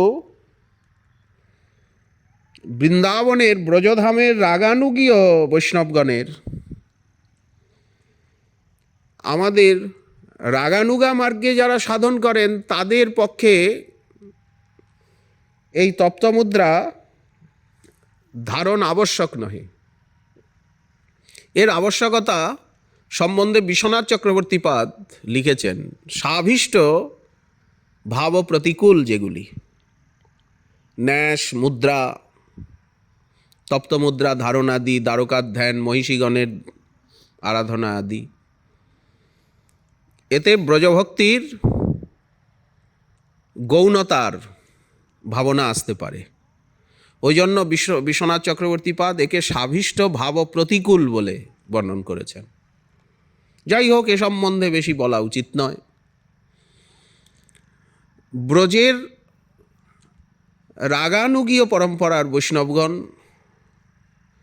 তারা ধারণ করতে ইচ্ছুক নন, ধারণ করেন না। তো এখন অথচ হরিভক্তিবিলাসের ব্যবস্থা রয়েছে। বিশ্বনাথ চক্রবর্তীপাদ এই বিষয়টিকে পরিষ্কার করেছেন। দ্বারকা দর্শনের পর এইবার উনি উত্তর ভারতে যাবেন, বদ্রীনারায়ণে যাবেন, দক্ষিণ দিকে জগন্নাথ, পূর্ব দিকে জগন্নাথ, উত্তর দিকে রামেশ্বর। কিন্তু ওনার মনটা কীরকম যেন অস্থির অস্থির লাগছে, কীরকম যেন উচাটন, ব্যাকুল, মনে একটা অপ্রসন্নতা, মানসিক শান্তির অভাব। ওনার আর ভালো লাগছে না, চিত্তটা বিক্ষুব্ধ হয়ে গেল।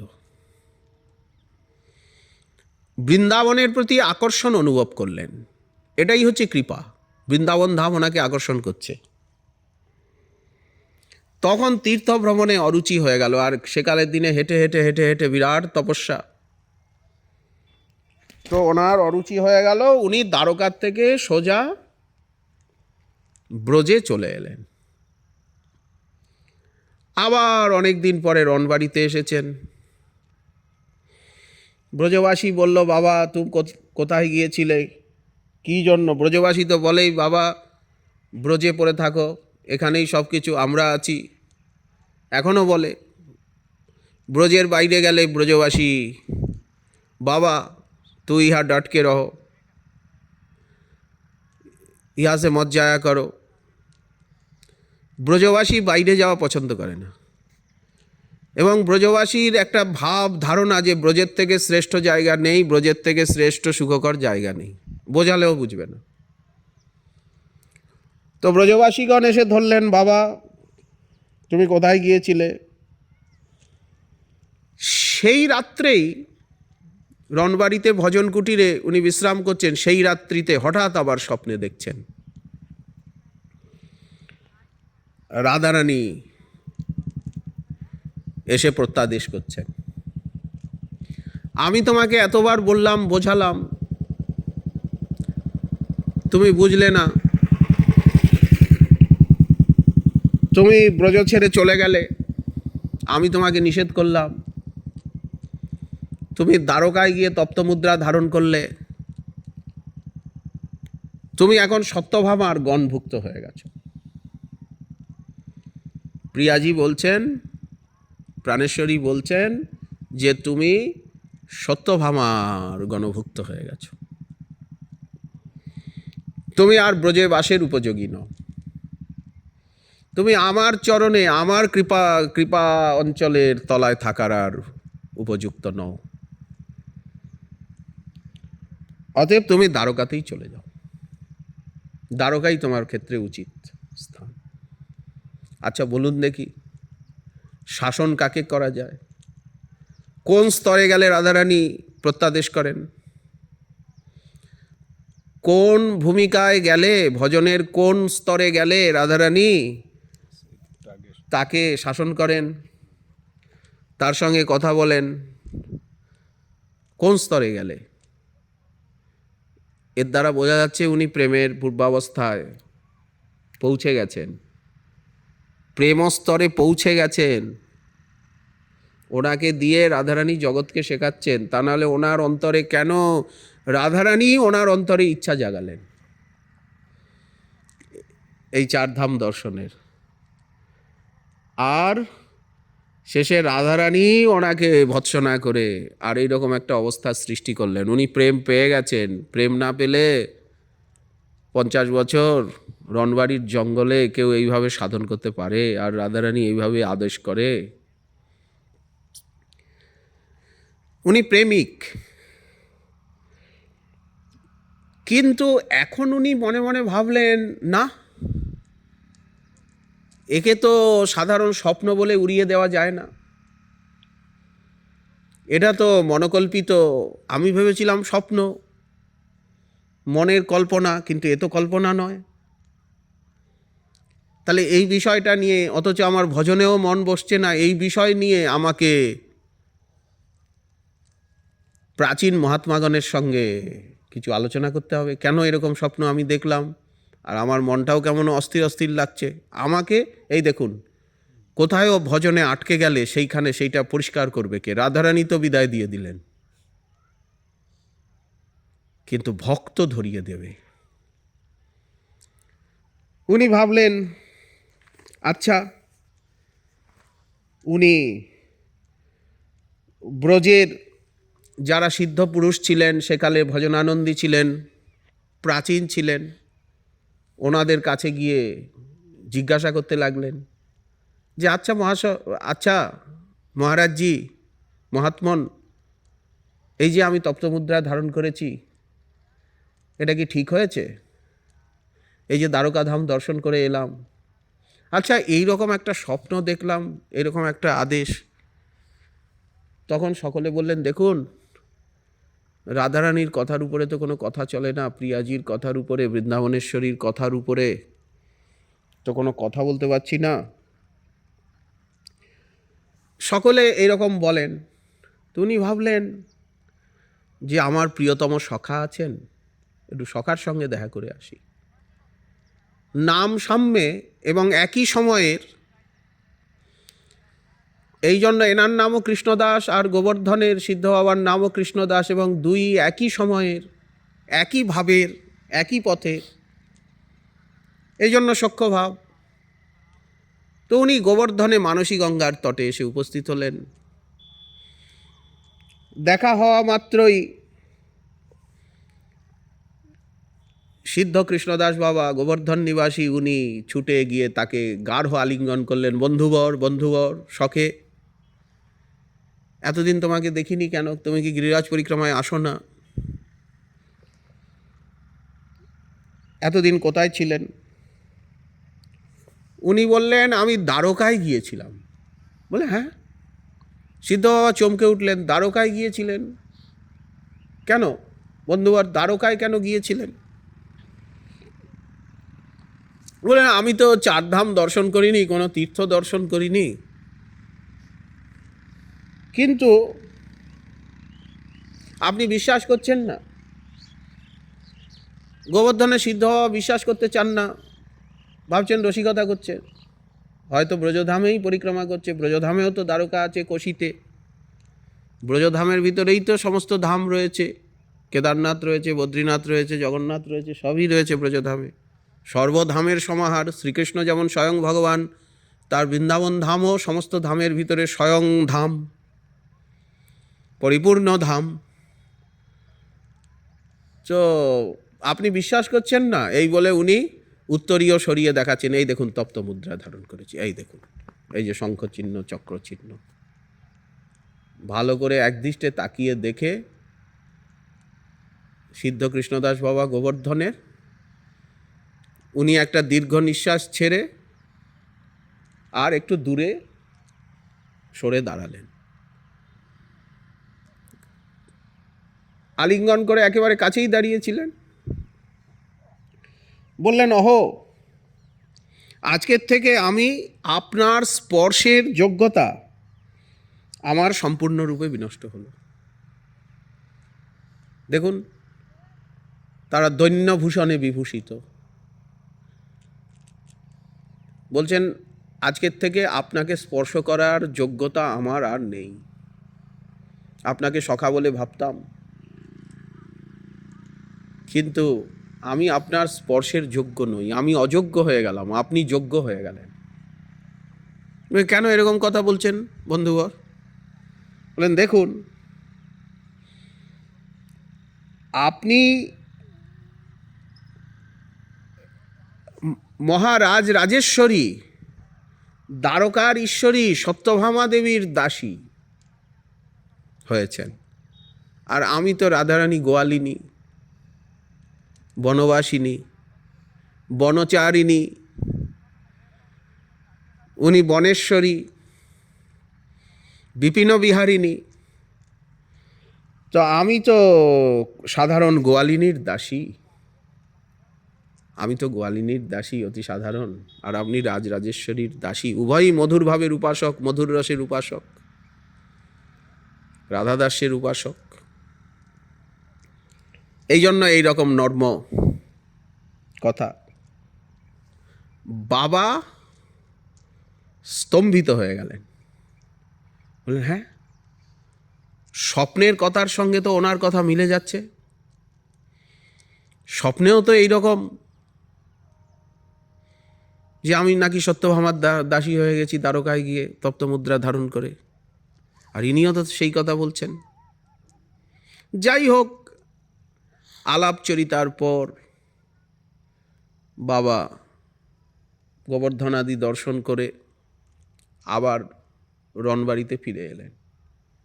কিন্তু আগের মতো আর ভজনে মন লাগে না, আর লীলাস্ফূর্তি হয় না।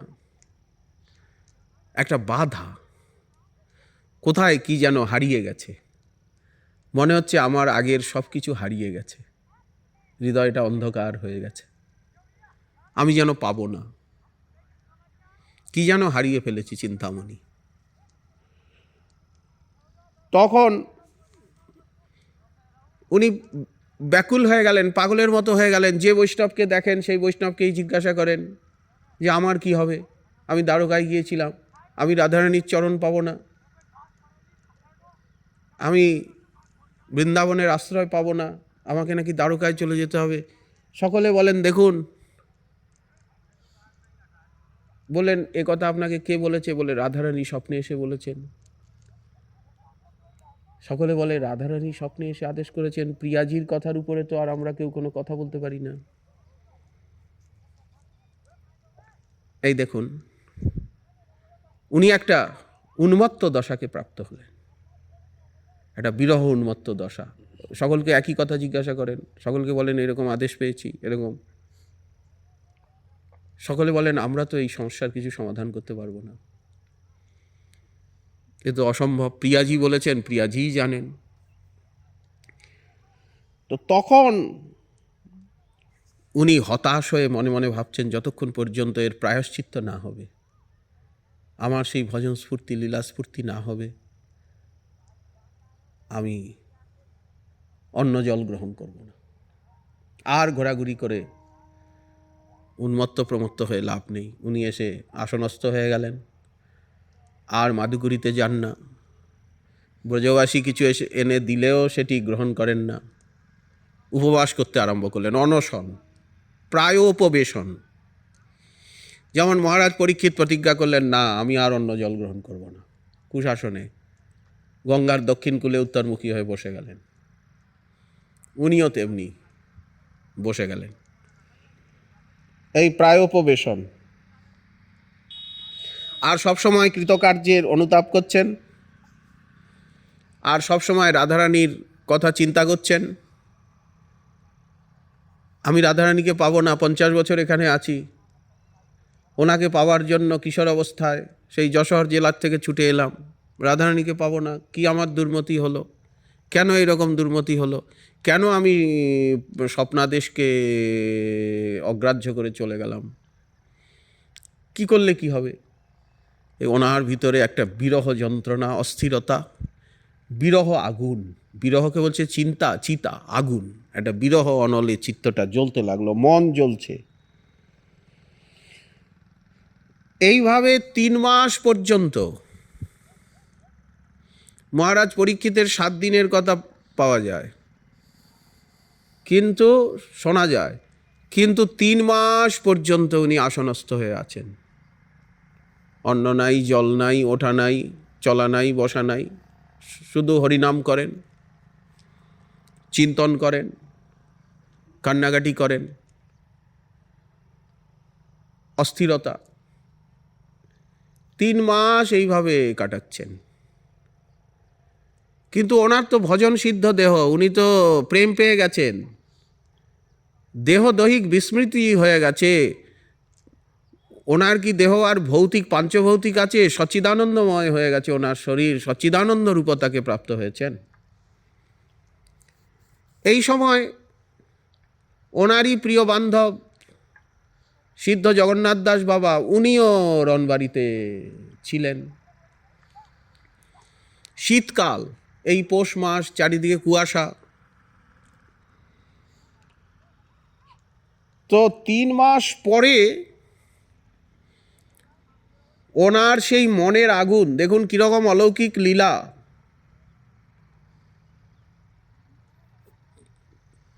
তাহার সেবক নিত্য।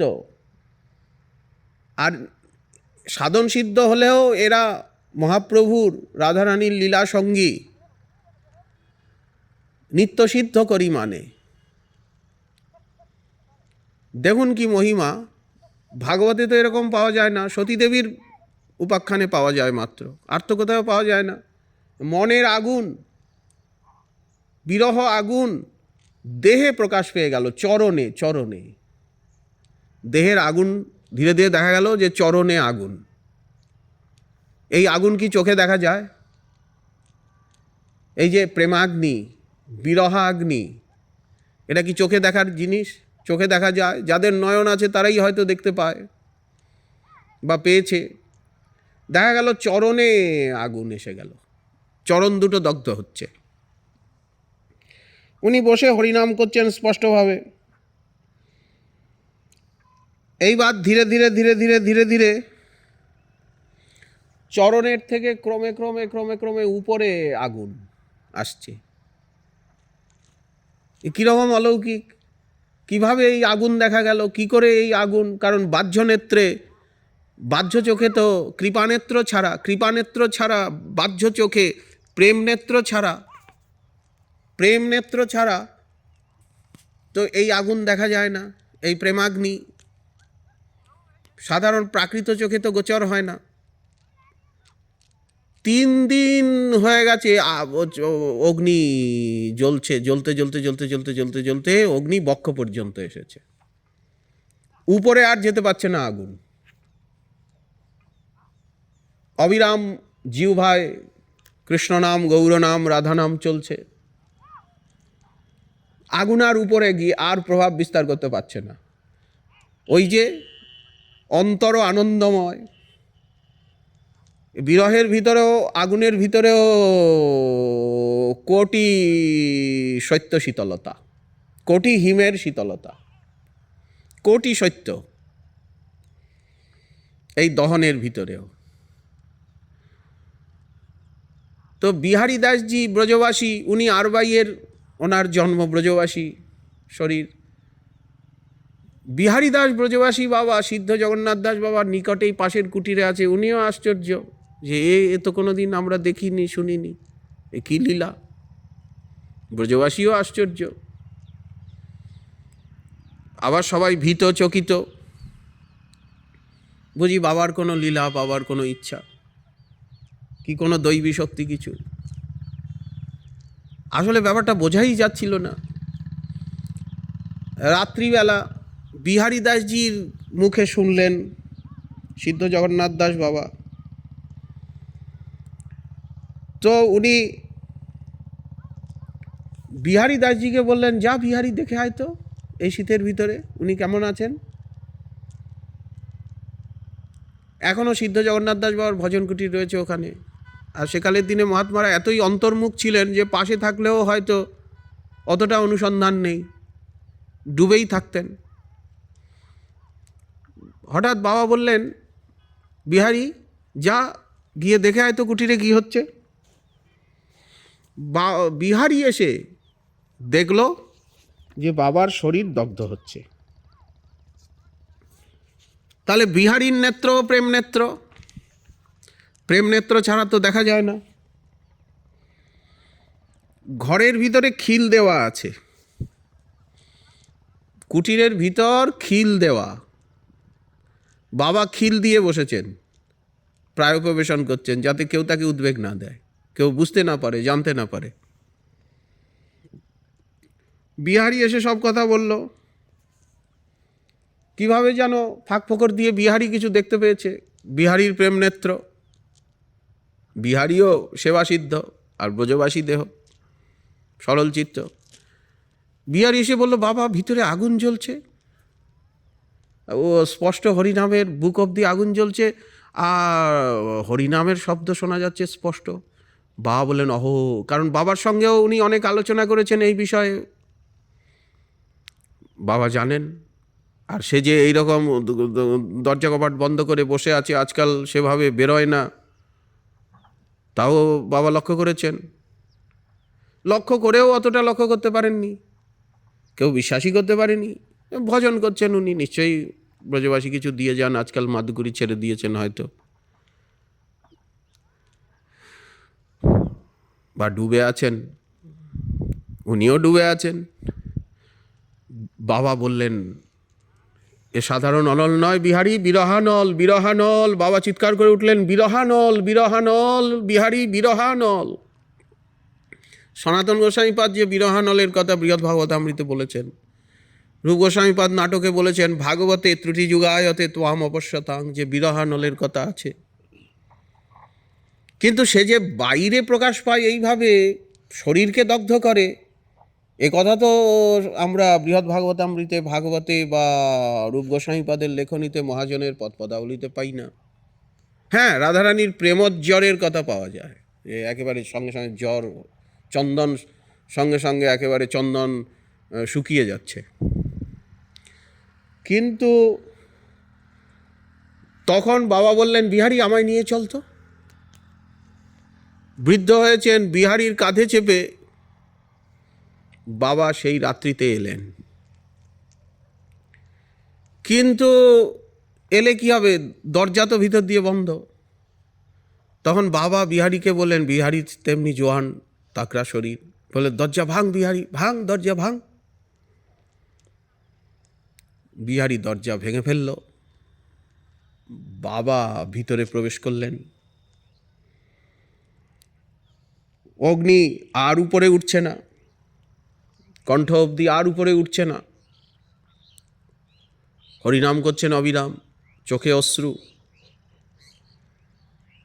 ধ্যানস্থ। এখন কি করা যায়?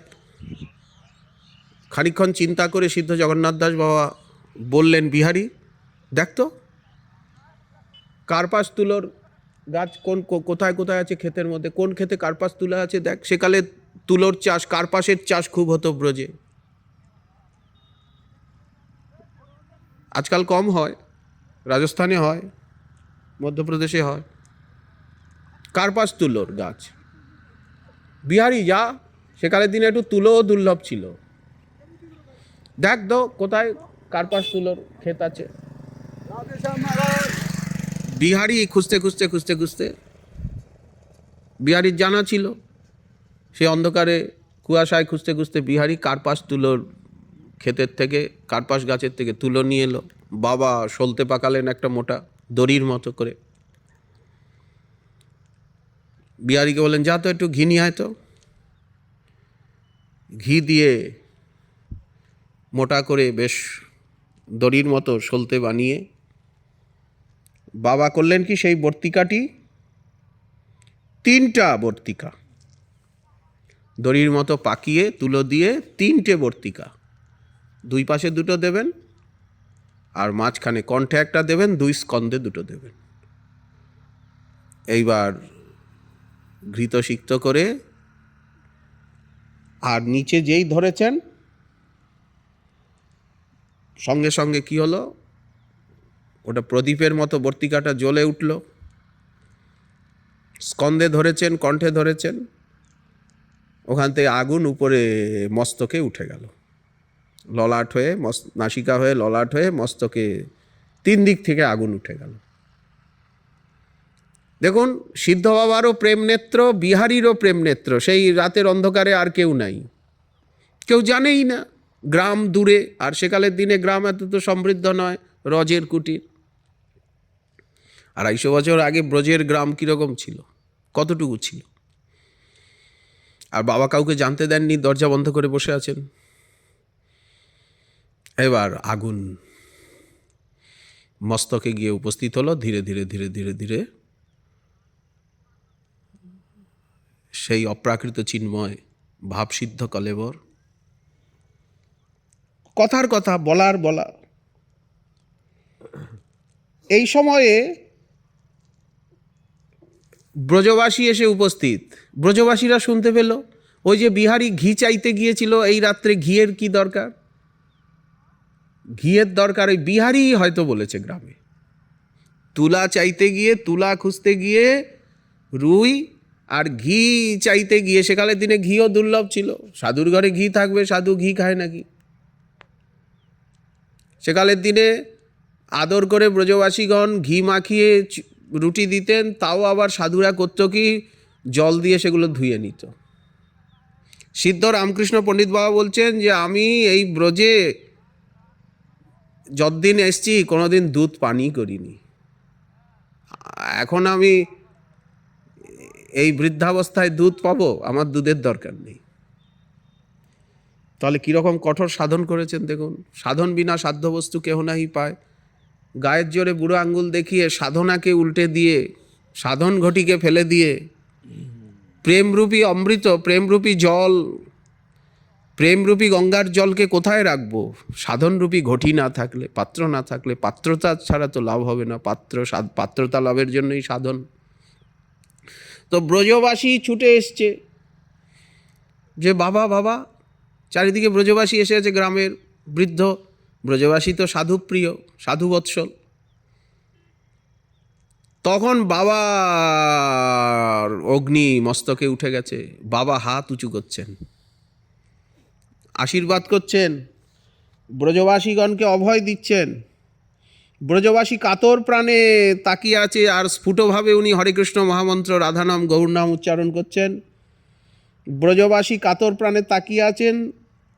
ব্রজবাসীগণ তখন তিনি হস্ত উত্তোলন করে আর হাত উঠিয়ে বলছেন, তোমাদের গ্রামে কখনো দুঃখ হবে না, তোমরা বহুদিন মাধুকরী দিয়ে পালন করে চাও, কোনোদিন তোমাদের গ্রামে কখনো দুর্ভিক্ষ হবে না, মহামারী হবে না, তোমাদের গ্রাম চির সুরক্ষিত থাকবে, তোমাদের কোনোদিন দুঃখ বেদনা কিছু হবে না, এই আশীর্বাদ করছেন। দেখুন কতখানি মহামনা, কতখানি উদার চিত্ত। এই বলে আগুন জ্বলছে, কথাও বলছেন, হরিনামও করছেন। সেকালের দিনে ছাতা ছিল তহসিল। ছাতার এক মুসলমান দারোগা এই আশ্চর্য কথা শুনে আর উনি দেখতে এসেছেন। তো এখন সেই দারোগা সাহেব যখনই সামনে আসেন তখন আগুন ঠাগুন কিছু দেখা যায় না, সব অদৃশ্য হয়ে যায় আগুন। আর যেই দারোগা সাহেব সরে যান আবার দেখা যায়। সকলে এটা লক্ষ্য করলো। এর দ্বারা বোঝা যাচ্ছে এটা প্রাকৃত নয়, অপ্রাকৃত চিন্ময় জগতের ব্যাপার। এখন এই দেখে এখন একজন হিন্দু তহসিলদার সেইখানে এসে উপস্থিত হলো। বাবারও বাঁচার ইচ্ছা নেই, অথচ নির্যান লীলাও হচ্ছে না, সকলে কষ্ট পাচ্ছেন। তখন এক হিন্দু তহসিলদার প্রচুর গব্য ঘৃত আনিয়ে আর বাবার উপরে ঘৃত সেক করলেন। এখন একটা কিছু ব্যবস্থা তো করতে হবে। দেখুন হরিনামের শক্তি, আগুনেও কিছু করতে পারছে না, দেহ কীরকম চিন্ময় হয়ে গেছে। এই যে সনাতন গোস্বামীপাদ বলেছেন, কৃষ্ণ ভক্তি সুধা পানাৎ দেহ দৈহিক বিস্মৃতে তেষাং ভৌতিক দেহেপি সচ্চিদানন্দ রূপতা, তারই দৃষ্টান্ত দেখুন, প্রত্যক্ষ দৃষ্টান্ত। তখন সেই হিন্দু তহসিলদার ব্রজবাসী প্রচুর ঘি ঢেলে দিলেন বাবার অঙ্গের উপরে। তো এইবার আগুন দাউ দাউ করে জ্বলে উঠল, সর্বজন গোচর হলো। এর পেছনে সিদ্ধ জগন্নাথ দাস বাবার সহায়তা সেবা রয়েছে, বিহারী দাসে। দেখতে দেখতে দেখতে দেখতে দেহ ভস্মীভূত হয়ে গেল, ভস্ম রাশি। ওই যে কুটিরে বসেছিলেন, যেভাবে উনি বায়ুকোণের অভিমুখী হয়ে বসেছিলেন, আজও সেইভাবেই ওই ভস্ম রাশিকে একত্রিত করে সিদ্ধ জগন্নাথ দাস বাবা এবং ব্রজবাসী মিলে সবাই মিলে ওনার সমাধিবেদী করলেন। সেই ভস্ম রাশিকে, অপ্রাকৃত চিন্ময় ভস্ম রাশিকে একত্রিত করে সেই ভজনাসন যেভাবে বশীভূত হয়েছেন ওইখানেই বেদি বাঁধিয়ে দিলেন। সেই ভজন কুটির, সেই বেদি, আবার সেই দিকেই মুখ করে সেইভাবেই সমাধি। ক্ষুদ্র প্রকোষ্ঠ।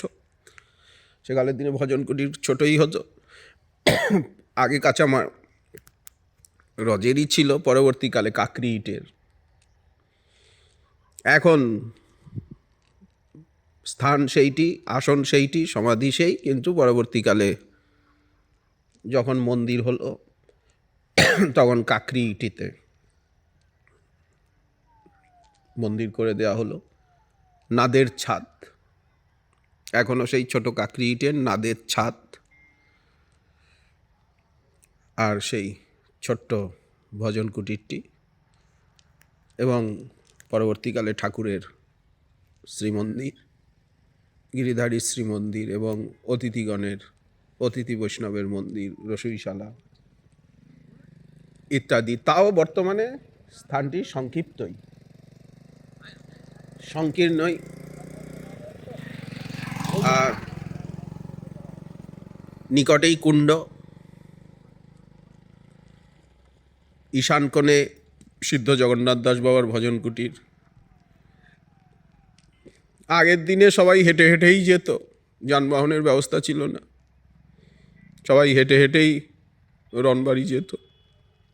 এই প্রসঙ্গে গুরু মহারাজ একবার বললেন যে, বাবা তখন প্রথম এসেছি, সিদ্ধ বাবার উৎসবে হেঁটে হেঁটে হেঁটে হেঁটে গেলাম। আগের দিন রাত্রিতে ছিলাম, বাবা ভোরবেলা যে কুণ্ডের জলে স্নান করলাম, কি যে ঠান্ডা কুণ্ডের জল, আজও আমার মনে আছে। এত ঠান্ডা জল। সেকালের দিনে এরকমই ছিল, উৎসবে সকলে আসতেন, তো ঘর দুয়ার তো খুব কম, ওই ধানের খের জ্বালিয়ে দেওয়া হতো, গমের খের কাঠ এনে জ্বালিয়ে দেওয়া হতো, ওইভাবে অধিবাস নামযজ্ঞ। ব্রজবাসীগণ আজ প্রায় 250 বছর হয়ে গেল, ব্রজবাসীগণ সেইভাবেই উৎসব করছেন। গ্রামবাসী সকলে ভিক্ষা করে, সকলে সহযোগ করে তারা উৎসব করেন। তারা বলেন না, সিদ্ধ বাবার এই উৎসবটি আমরা কাউকে দেব না, আমরা কারো কিছু নেব না, সিদ্ধ বাবা আমাদের, এবং জয় সিদ্ধ বাবা, জয় সিদ্ধ বাবা, এমনভাবে তারা বজ্রনাদ করে গ্রামবাসী কীর্তনে। সিদ্ধ বাবার দোলা যখন বেরোয়, সংকীর্তন হয়, তখন সকলে জয় সিদ্ধ বাবা, জয় সিদ্ধ বাবা বলে যে আনন্দ ধ্বনি করে থাকেন গ্রামবাসী, আজও যারা যান তারা জানেন। আর ওই আজও সাত্ত্বিকভাবে উৎসব হয়। খালি ওই পোয়া, খালি পোয়া, পোয়া বলতে কি আটা আর গুড় মেখে, সেকালের দিনে প্রচুর আখ হতো, গুড় দিয়ে আটা গুলিয়ে আর ঘি দিয়ে সেকে পোয়া, ব্যাস ওই পোয়াই পোয়া।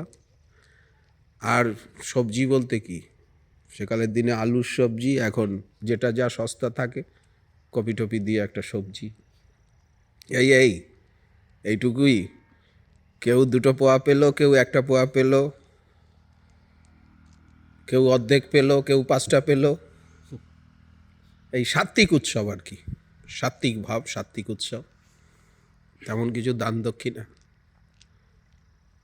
তবে ধীরে ধীরে ধীরে ধীরে সময়ের পরিবর্তন আসছে, ধীরে ধীরে সৌন্দর্যীকরণ, সংরক্ষণেরও চেষ্টা চলছে। চারিদিকে অনেকটা, আগে অনেক বৃক্ষলতা ছিল, ধীরে ধীরে সেটা ক্ষেতে রূপায়িত হয়ে গেছে।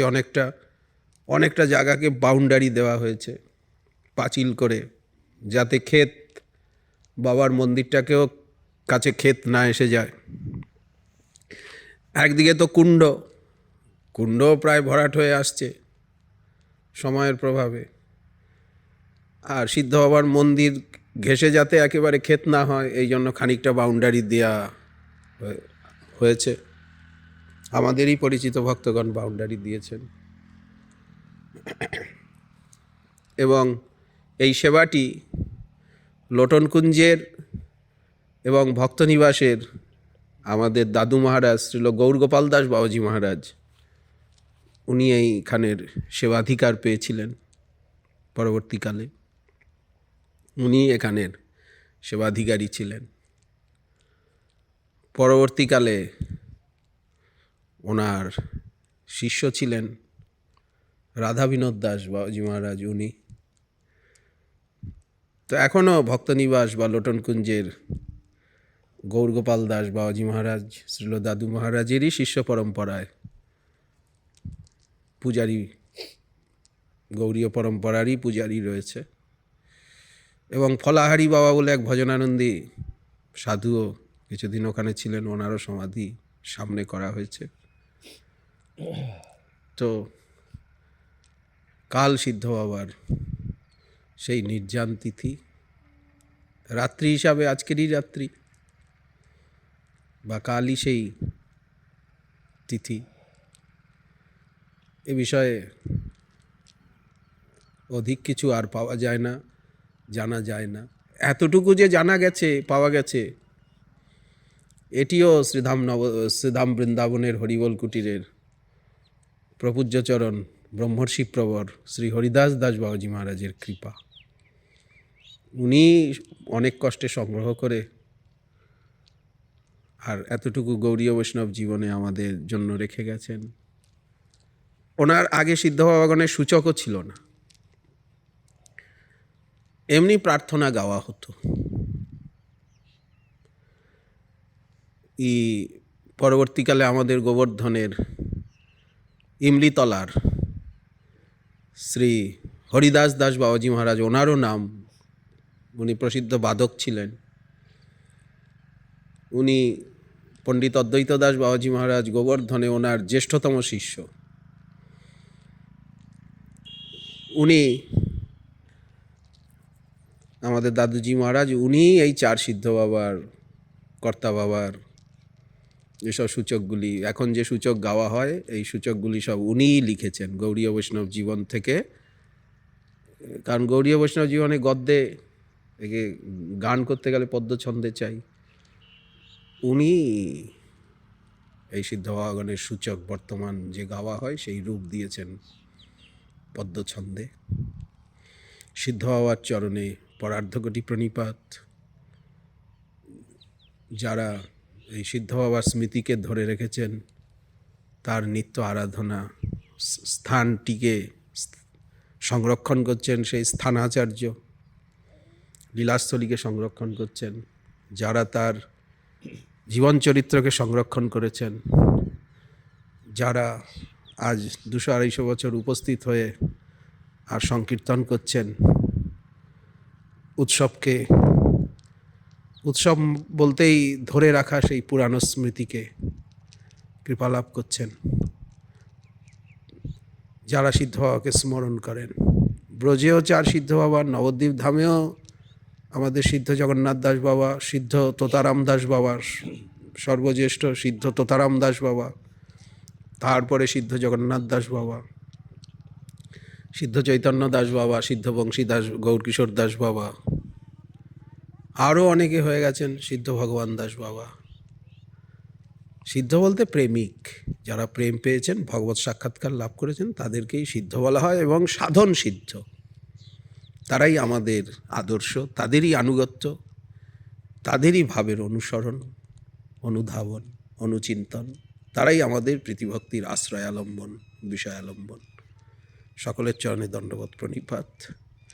আমরা যেন সিদ্ধ বাবার সেই উজ্জ্বল দেখানো পথটি দেখতে পাই, আমাদের যেন সেই দিব্যচক্ষু লাভ হয়, দিব্য জ্ঞান লাভ হয়, আমরা যেন সেই পথটিকে জানতে পারি, দেখতে পারি, এবং কোনো জন্মে না কোনো জন্মে যেন সেই পথে আমরা চলতে পারি, এবং কৃপা করে তারাও যাতে আমাদের হাত ধরে এগিয়ে নেন, দিশারি হন, এই অন্ধকারে আলোকস্তম্ভ হন।